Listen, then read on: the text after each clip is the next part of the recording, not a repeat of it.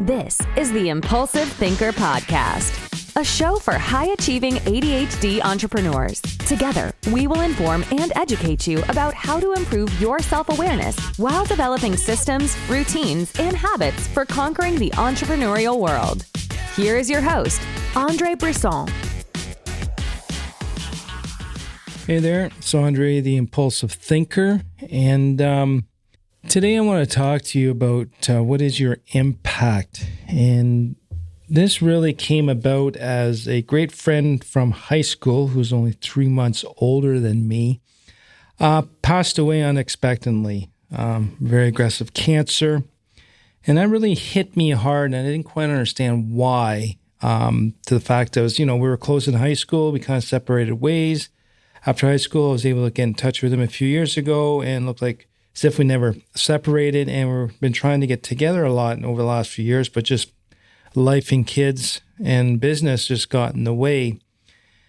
So in a great sense of things, I couldn't, I didn't know him as much as I could have. It's not like I was losing much because we haven't been in touch.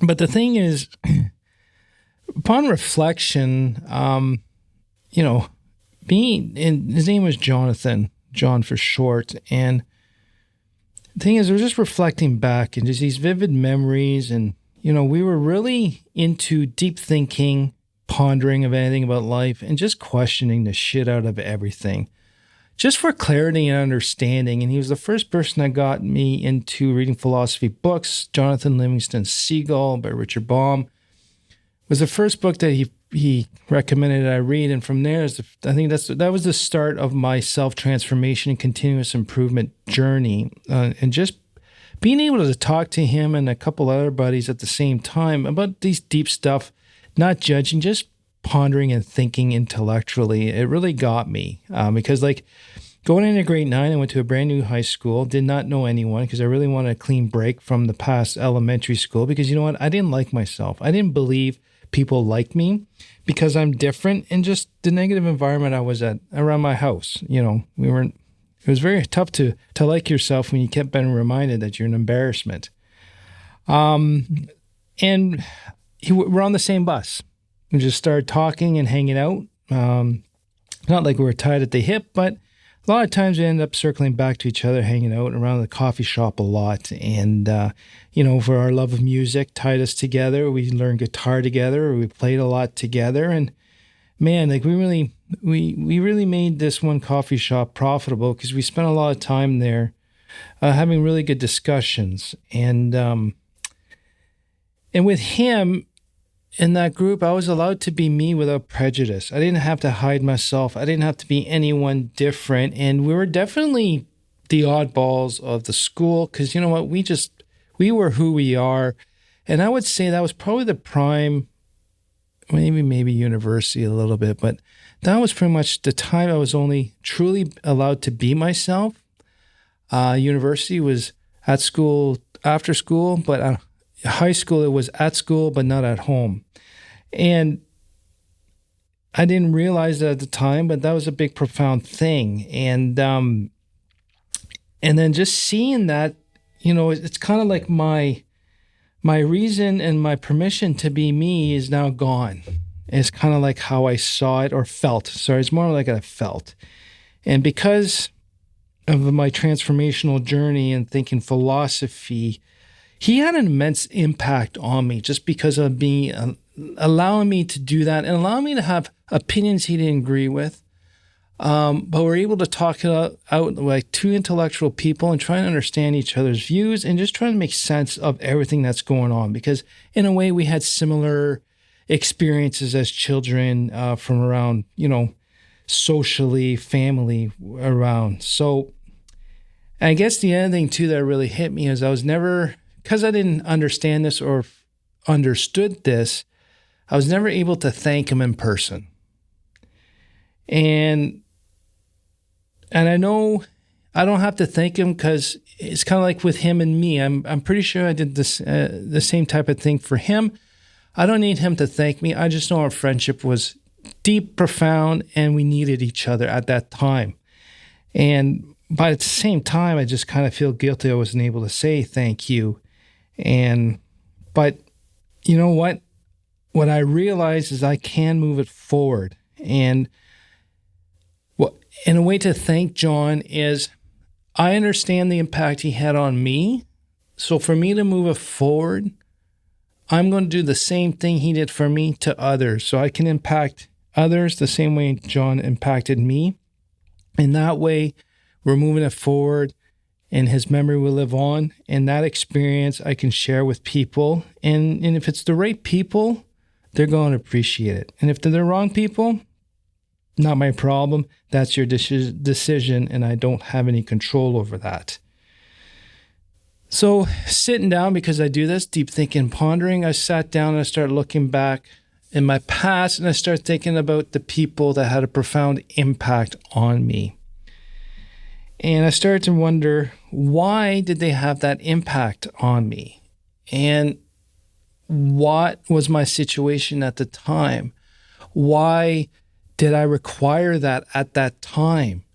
What was my situation? What did I get out of it? And how did I become a better person? Or how did it change me to be who I am today? And there's quite a few people I didn't realize had big impact on me when I started to think this way. So some I've already thanked in person for that impact, but at the same time, if I can't, or I just forget, I always got well intentions, but I seem to forget at times. I think the big thing is to provide the impact that other people, sorry, let me start that one over again. The impact other people gave me, I can pass that on by doing the same thing or slightly different, but in the same context, but in my way.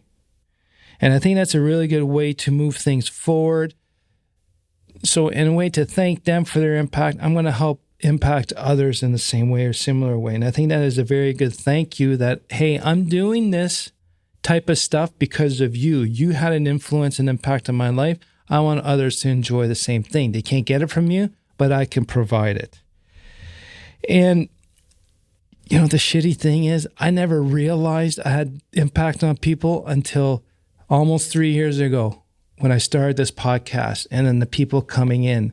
And I know I'm doing this podcast and I'm impacting other people outside the podcast with my daily interactions because of Jonathan, Chris Hammer, and a few other people that have impacts, the cooks.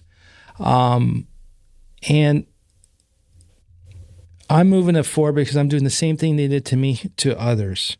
So in a way, it's very rewarding to know that you're making an impact on others, and it makes us feel good.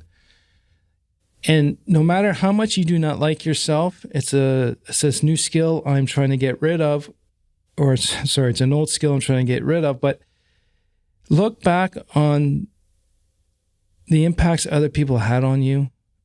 How can you move it forward? Can you provide the same impact to other people? That's going to help you with your self-confidence, with your self-worth. And just think of those Jonathans from your past, and how can those Jonathans help other people that you interact with daily? So my question to you is, what is your impact? How are you impacting people? Because I'll tell you, it's a very powerful thing for them, but at the same time, it's a very powerful thing for you. And I'd like to hear your thoughts about this. What is your impact? You can email me at André@tacticalbts.com. Talk to you soon. Thanks for listening to this episode of the Impulsive Thinker podcast. If you enjoyed it, subscribe, rate, and review the show. It helps us get discovered by listeners like you. If you can share it with at least 2 other people, that would be greatly appreciated. I want to gift you the Shit List. It's a weekly planning tool that I developed to plan my week and focus my time. You can find it at our website at tacticalbts.com. That is tacticalbts.com. Talk to you soon. Thank you for listening to the Impulsive Thinker podcast. If you have a question, comment, or suggestion for the show, please visit theimpulsivethinker.com. The Impulsive Thinker podcast is produced by Tactical Breakthroughs and hosted by André Brisson. Remember, ADHD is only a part of you, not all of you.